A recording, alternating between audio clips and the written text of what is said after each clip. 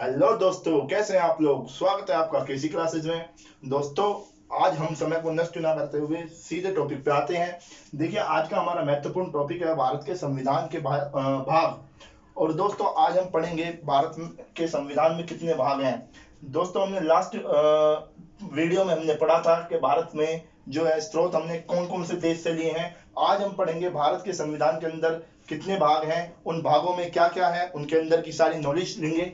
तो देखिए दोस्तों, बताता हूं आज आपको। भाग फर्स्ट, देखिए भाग फर्स्ट में अनुच्छेद 1 से 4 तक है और उसके अंदर संघ और उसके राज्य क्षेत्र, यानी कि भारत एक राज्यों का संघ होगा और उसके अंदर इन सभी राज्यों के बारे में बातें बताई गई हैं। इसी तरीके से भाग 2 है। भाग 2 में अनुच्छेद 5 से 11 तक है और इस बारे में बताया है कि भारत में लोगों की नागरिकता के बारे में प्रावधान है। कई बार यहां से क्वेश्चन सीधे सीधे आते हैं कि कौन सा भाग किस चीज से संबंधित है, तो आप लोगों को पता होना चाहिए। आगे भाग 3, मौलिक कर्तव्य। दोस्तों, इट इज वेरी इंपॉर्टेंट, यहां से क्वेश्चन आता ही आता है। दोस्तों, आर्टिकल 15 जो बोलता है, आर्टिकल 32 को डॉक्टर अंबेडकर ने संविधान का हार्ट कहा है। ये क्वेश्चन सीधा सीधा आता है आपको, इसलिए मैंने बता दिया। तो अगला है भाग 4, राज्य के नीति निर्देशक तत्व, अनुच्छेद 36 से लेकर 51 तक इसमें बताया गया है। आगे आएंगे भाग 4 का यानी कि ए, इसमें मूल कर्तव्यों के बारे में बताया गया है। ये अनुच्छेद 51 क में आते हैं। तो आगे देखते हैं भाग 5, संघ के बारे में बताया गया है। संघ में उसके अंतर्गत क्या क्या आता है। कार्यपालिका, भारत की कार्यपालिका, भारत में राष्ट्रपति, भारत में उपराष्ट्रपति, ये 52 अनुच्छेद 52 से लेके अनुच्छेद 78 तक इसमें बताया गया है। अगला आता है भारत की संसद के बारे में, 79 आर्टिकल से लेके 122 तक बताया गया है। राष्ट्रपति की विधायी शक्तियां अनुच्छेद 123 में बताई गई हैं। संघ की न्यायपालिका अनुच्छेद 124 से 147 में बताया गया है। भारत की नियंत्रक महालेखा परीक्षा के बारे में अनुच्छेद 148 से 151 तक बताया गया है। तो ये आर्टिकल 5 के अंदर आएंगे। आगे आता है भाग 6। देखिए दोस्तों, जैसे भाग 5 में संघ यानी केंद्र के बारे में बताया गया है, उसी तरीके से भाग 6 में राज्यों के बारे में बताया गया है। और ये जो है अनुच्छेद यानी कि आर्टिकल 152 से 237 तक है।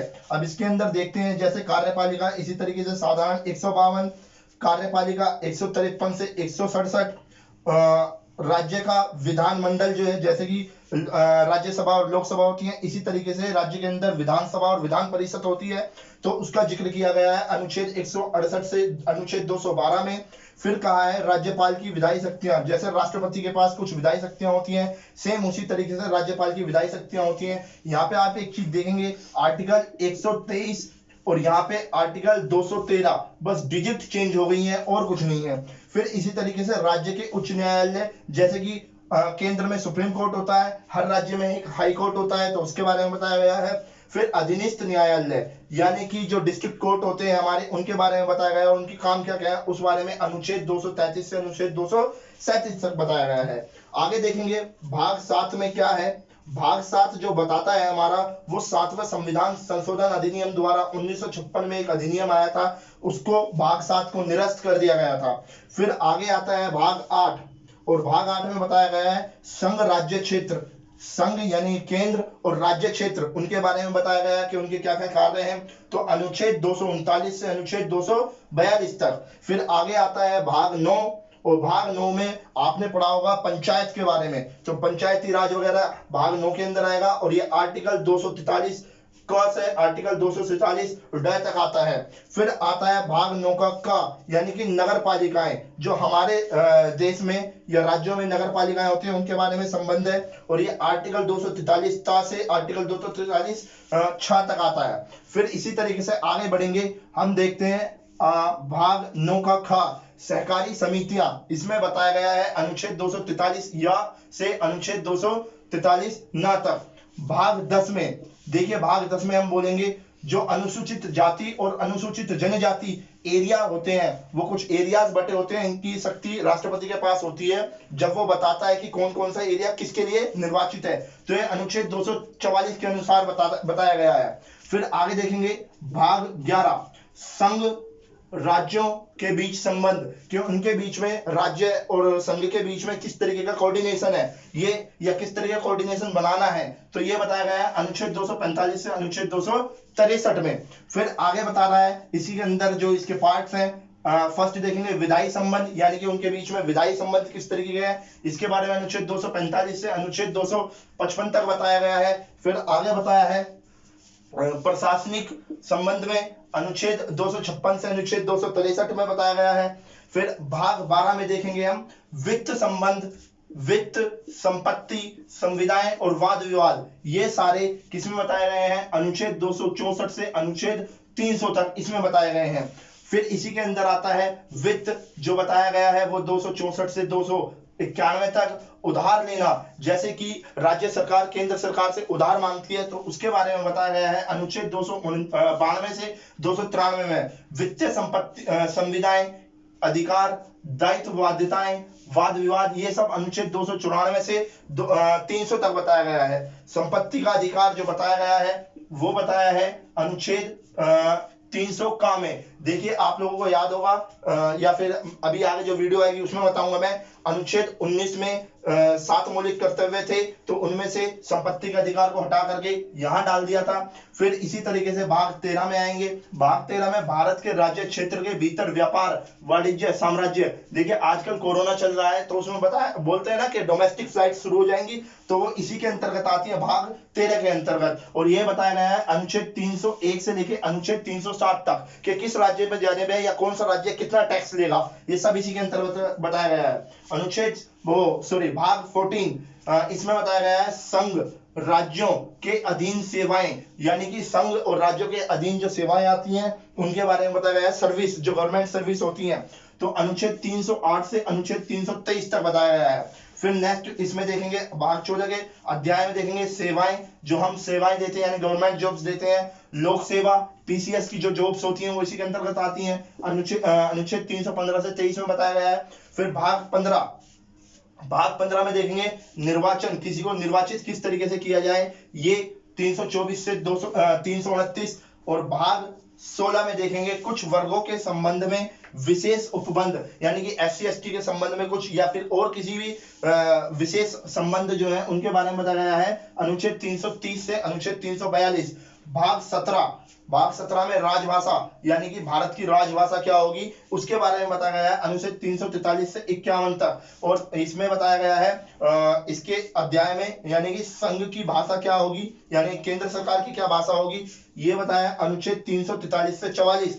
प्रादेशिक भाषा क्या होगी, हर एक राज्य की अपनी अलग भाषा होती है, राजकीय भाषा होती है, इसके बारे में बताया गया है अनुच्छेद 345 से 347। और सुप्रीम कोर्ट और हाई कोर्ट की क्या भाषा होगी इस बारे में बताया गया है अनुच्छेद 348 से अनुच्छेद 349 में। देन उसके बाद आएंगे भाग 18 पर। भाग 18 में क्या होता है, आपात उपबंध, आपातकालीन उपबंध जो है वो भाग 18 में बताया गया है। जैसे कि बताया था मैंने आपको पिछली वीडियो में कि अनुच्छेद 360 जो है वो वित्तीय आपात लगाता है, और 356 जो है राष्ट्रीय आपात लगाता है, ये राष्ट्रपति की शक्तियां होती हैं, तो ये 352 से 360 में आती हैं। भाग 19 में प्रकीर्णन आता है 361 से 367। भाग 20 क्या बोलता है, संविधान संशोधन की प्रक्रिया जो बताता है वो यहां से बताता है। ठीक है, आप बताइएगा कि संविधान संशोधन की प्रक्रिया हमने किस देश से अपनाई है, ये मैंने लास्ट वीडियो में बताया था, उस वीडियो को जरूर देखना, उससे पता लगेगा आपको। फिर भाग 21 क्या बोलता है, अस्थायी संक्रमण कालीन विशेष उपबंध 369 से 392। देखिए आजकल चल रहा है कोरोना, अब देखिए किसी व्यक्ति के घर में या कभी भी देश में कोई भी वित्तीय आपात आ सकती है, जैसे कि बंगाल में वो अम्फान तूफान आया है, तो अब वहां के लोगों के लिए एकदम वित्तीय सहायता उपलब्ध कराने के लिए ये भाग बताता है अस्थायी संक्रमणकालीन विशेष उपबंध, यानी कि हमें एकदम से बजट देना पड़ता है, तो इस बारे में बताया गया है। भाग 22 क्या कहता है, संक्षिप्त नाम, प्रारंभ हिंदी में, प्रतिकृत पाठ और निरसन यानी कि हिंदी को बढ़ावा देना, या इस तरीके से कुछ भी संबंधित है अनुच्छेद 393 से 395। देखिए दोस्तों, जब संविधान बनकर के तैयार हुआ था तो उस समय 395 अनुच्छेद थे। टोटल अनुच्छेद जो थे वो 395 थे, लेकिन वर्तमान में अनुच्छेदों की लगभग संख्या हो रही है 445 के आसपास। तो दोस्तों ये अब कुछ अनुच्छेद बढ़ गए हैं, वो अमेंडमेंट होकर के इन्हीं के अंदर कहीं ना कहीं जोड़ दिए गए हैं। आगे वीडियो में बताऊंगा कौन सा अमेंडमेंट किस किस में जोड़ा गया है। और अगली वीडियो जो होगी वो होगी संविधान के स्रोत हो गए हैं, भारतीय संविधान में भाग हो गए हैं। अब मैं अगली वीडियो जो बनाऊंगा वो अनुच्छेद के ऊपर बनाऊंगा। देखिए दोस्तों, बताइए मुझे कि मुझे वीडियो बनानी चाहिए या नहीं चाहिए। देखिए, मैं आप लोगों को अनुच्छेद 1 से लेकर अनुच्छेद 51 तक 3 वीडियो में पार्ट दूंगा। फर्स्ट पार्ट होगा भाग 1 का, भाग 1, भाग 2, और सेकंड पार्ट होगा भाग 3, यानी कि इसके अंदर सारे मौलिक कर्तव्य पढ़ेंगे, मौलिक अधिकार जो है ये पढ़ेंगे। ये एक वीडियो में पढ़ेंगे, ये एक वीडियो में। और तीसरी जो वीडियो होगी भाग 4 के ऊपर होगी। तो दोस्तों उनसे बहुत ज्यादा आपको फायदा लगेगा।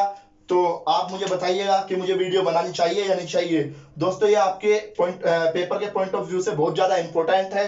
पेपर में सीधा सीधा पूछता है, आप लोगों को पता होना चाहिए। देखिए दोस्तों, आप बताइए वीडियो कैसी लगी आपको।